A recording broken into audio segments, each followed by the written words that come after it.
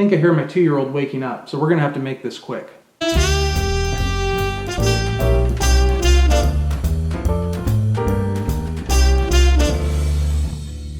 Hey everybody, this is CIT 12. It is week 5, and that means this is the last full week of our summer session. I know I've said these videos would be about 5 minutes and they've gone a little bit long, so I'm going to go really quickly this week. We're covering 2 chapters, Chapter 8 and Chapter 9. Chapter 8 is all about digital devices. You know about digital devices. You use them all the time. You lust after them. They are the thing that people care about at this point. Just so you know, and I do apologize, a textbook will be out of date the second you print it, and that's going to be the case with ours as well.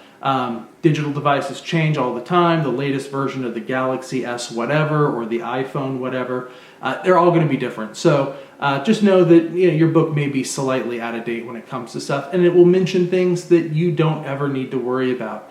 Nobody subscribes to satellite radio. It really isn't that important. The second chapter is Chapter 9. Chapter 9 actually is really helpful. Chapter 9 talks all about security, viruses, malware, and of course, viruses are just a type of malware.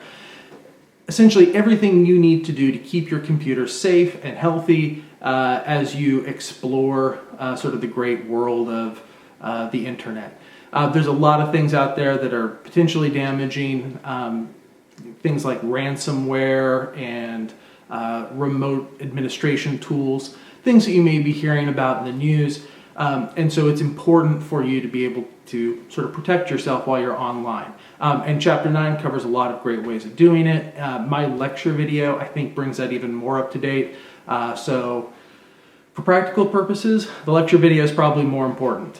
For quiz purposes, the chapter is probably more important. And speaking of quizzes, as always, 2 chapters, 2 quizzes, but those are the last 2 quizzes you're ever going to have to take in this class. All right, and for our discussion this week, we're going to go super practical. We're going to talk about passwords. You have a lot of really, really important information online. You've got bank account information, you've got personal photos of your kids, potentially intimate photos, which we will not judge about. You've got a lot of stuff online that you would like to protect. And in almost every single case, right, every single thing you put online, the thing that's protecting it is a password, right? It is a stupid, old, archaic system.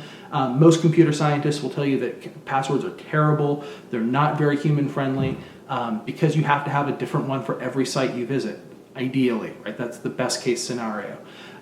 They should be incredibly complex, so complex you probably can't remember it. That's also not terribly helpful. Point being, for right now, we use passwords online. The first thing we want to do is see if your password has been already compromised.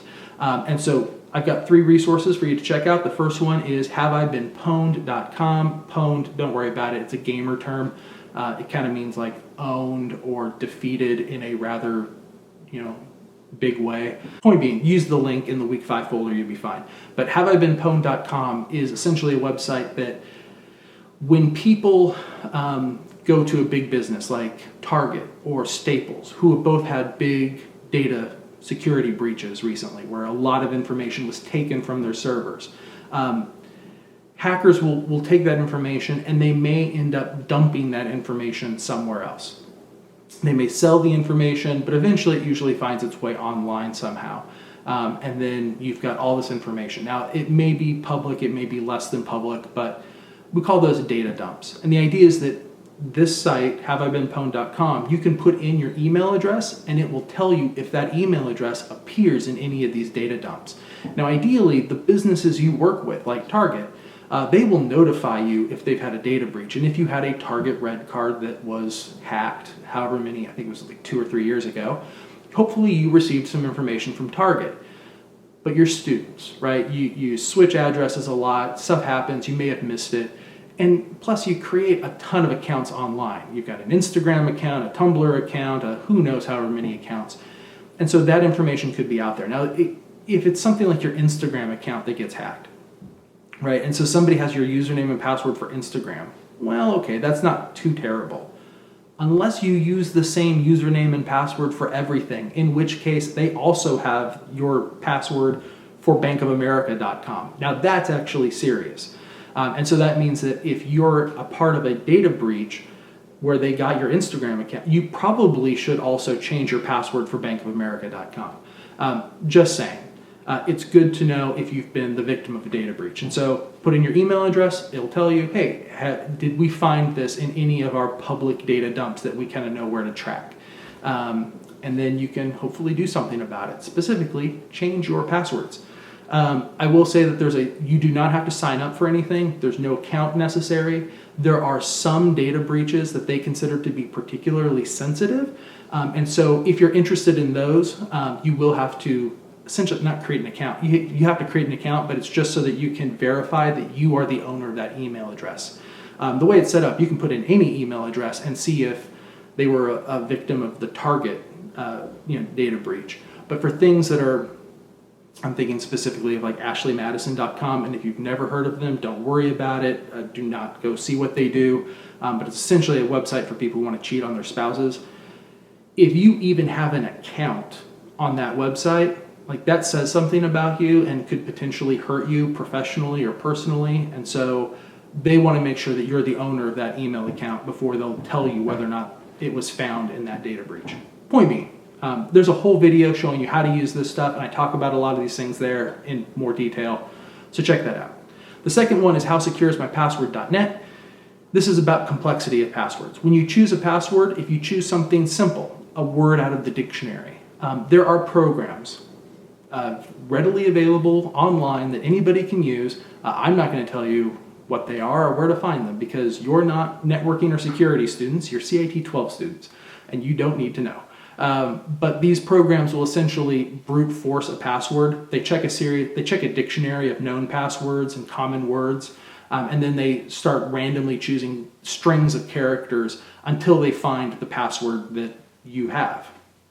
Now, brute forcing a password, the amount of time it takes to brute force a password depends on the complexity of the password. If you chose a password like onion or shamrock or puppy, right?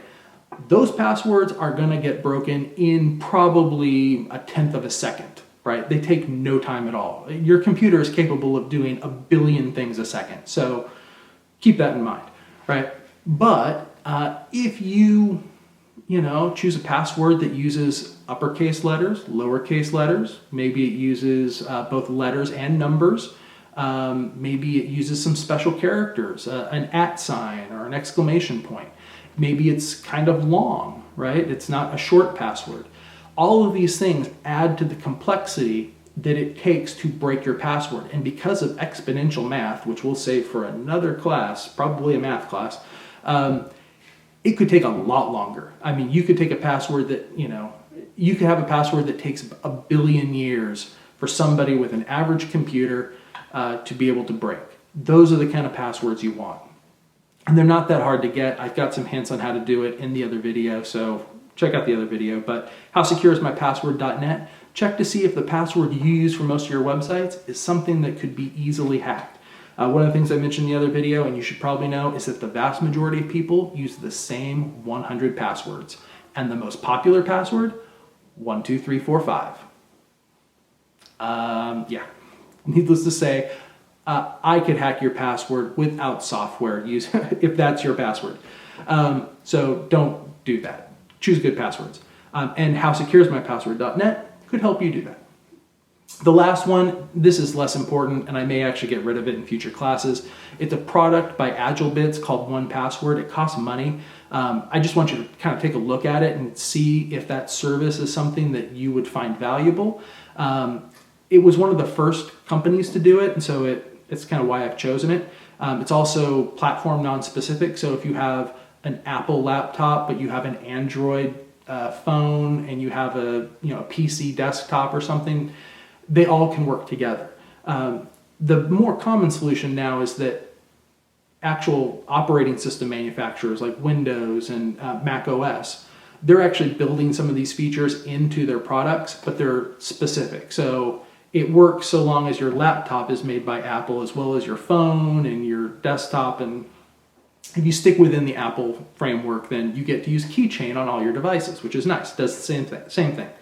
The idea is that when you need to sign up for an account, you're trying to create an account on Snapchat. So you create an account and then you say, you know, oh, I need you to create a username and password.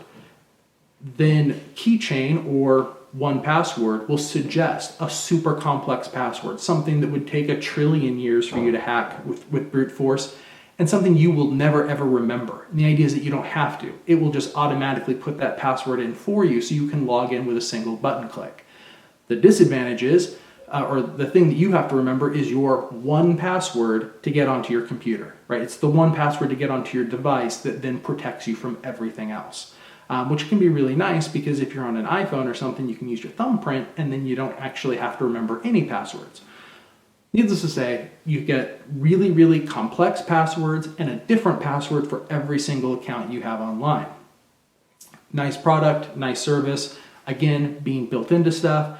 And although passwords are a terrible thing, they're the only protection we have right now. And so it makes sense to have a good one. Bolt cutters exist, but you should probably still have a nice padlock on your shed. That's a terrible analogy. Ignore I said it. Hopefully you find the discussion to be practical this week. And then finally, we are doing our PowerPoint labs. It is our last program, our last set of labs. You've got 3 labs on PowerPoint. Like I said, most students have found PowerPoint to be the easiest of the 3 programs that we cover. So it's a lot easier than Excel. It's probably after Excel. It's like, wow, this is super easy, but it's probably just as hard as Word. Needless to say, PowerPoint labs, and then foreshadowing. Next week is a short week. This is like next week is week 6. It's the last week of the class, but the class actually ends on Thursday and we submit grades on Friday. So you've got a short week. Now, luckily, I'm just sort of foreshadowing. We'll talk about this again next week and do more details. But next week, I've pulled out a lot of stuff. We've already done all the chapters. All the quizzes will be done after this week. So next week, there's only 2 things. Your PowerPoint practical exam and your final exam, which is just kind of like a big quiz. So anyway, next week is a short week, but it's a lighter week.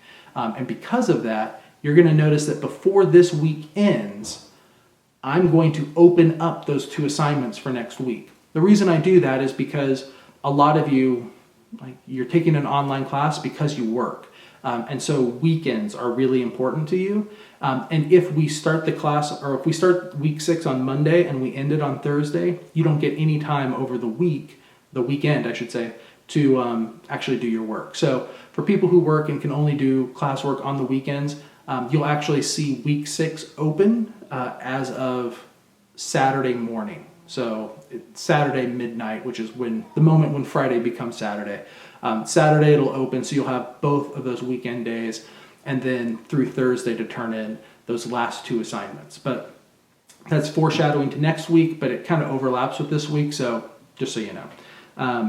If you need to work on the weekend, check it out this weekend. You'll be able to actually finish all the work for the class as of Saturday. And that's it. If you have any questions, feel free to email me, brian.baker@fresnocitycollege.edu. And as always, I'll see you online.